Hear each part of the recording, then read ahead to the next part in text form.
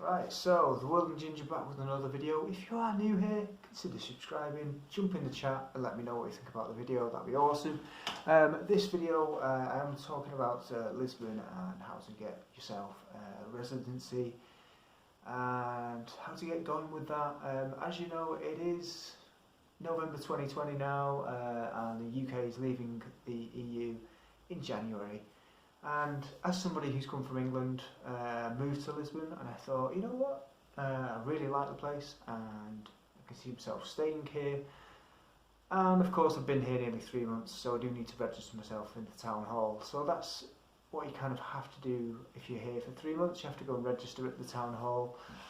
But I mean, you might as well go and register it and then go and sort yourself out as a resident at the same time.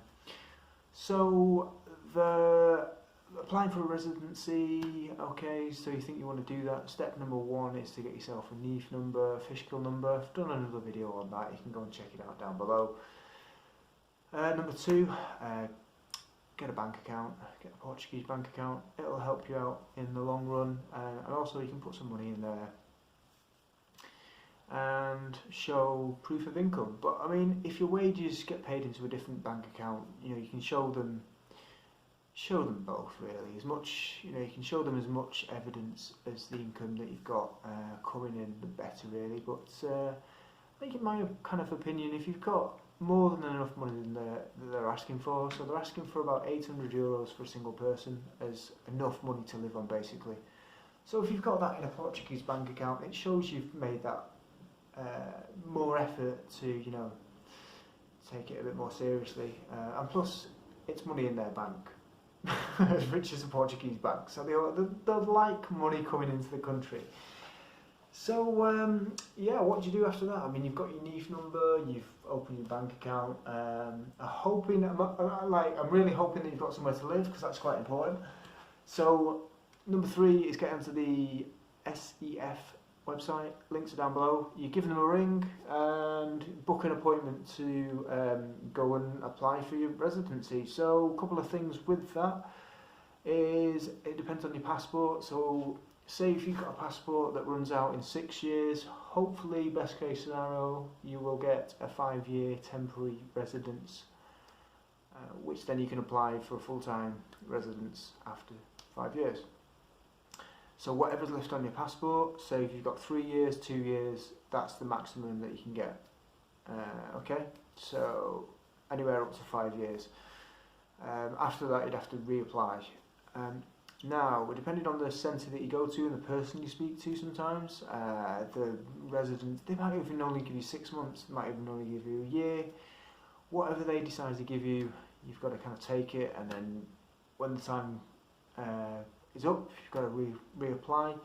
Now, obviously, with the UK leaving the EU, I'm going to be classed as a different nation outside the EU. So there's a few more rules in place for me to then apply after January. So I was thinking, you know, just make it easy for myself and apply now. With that said, January, yes, is the cut-off date of when England leaves the EU, but we've got up to kind of June to apply for residence, but I would not say that 100%. So best thing I would do, if you're watching this video and it's not been out too long, is just do it as soon as possible really, because I can imagine there's lots of people trying to do it as well. And as I was saying, with the discretion of the centres, they may start just giving people, like, you know, a month, 2 months residence, just because it's after January. Who knows? You never know.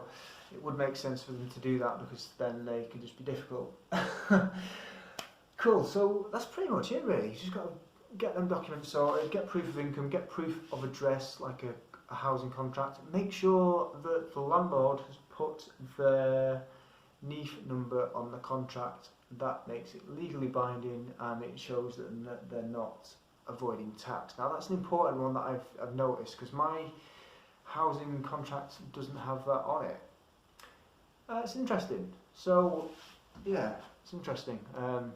It has his ID number on it, it has his name on it, so they can track who he is. But just watch out with that. And if you don't have a contract, then there's no way that you can apply for a residency, pretty much. So you need to either make one or get one. So yeah, take that along. Take proof of income. Take everything you can think of. Take proof of income, proof of you've lived in here for X amount of time, and certainly you've lived here before January if you're applying after January. So you've got up to June to apply, but you need to then prove that you've lived in Portugal before June 2021. So yeah, just take all them documents along, and yeah, brush up on your Portuguese because you might need it. Now, I've been quite lucky with my stuff. I've not really gone down the lawyer route of getting a lawyer or anything like that, but one of my friends who is from Morocco, he's had to find 2 Portuguese people to act as almost like a character reference for him. So if you're outside the EU, it's a bit more tricky, a bit more stricter. But yeah, with that said, I hope that was useful. I mean, the link's down below anyway. Took me a while to find that link, but it's pretty straightforward. Just contact the contact centre, get books in as soon as possible, and take a ticket in the machine. And and the last tip: just be patient. Just be patient. Honestly, that's the one thing I found about Portugal is just be patient. That's it. I think coming from a place where we've got such a high demand of customer service that everything has to be given to us on a plate, you know, when we demand the best customer service ever, and then when we don't get it, we get a bit snotty. It's interesting observing that in England, and then coming to somewhere in like Portugal and just not seeing that, and then the reaction from people are not bothered because people are just a bit more easy, a bit more chilled. So that is my final tip for you on this quite grey day for once.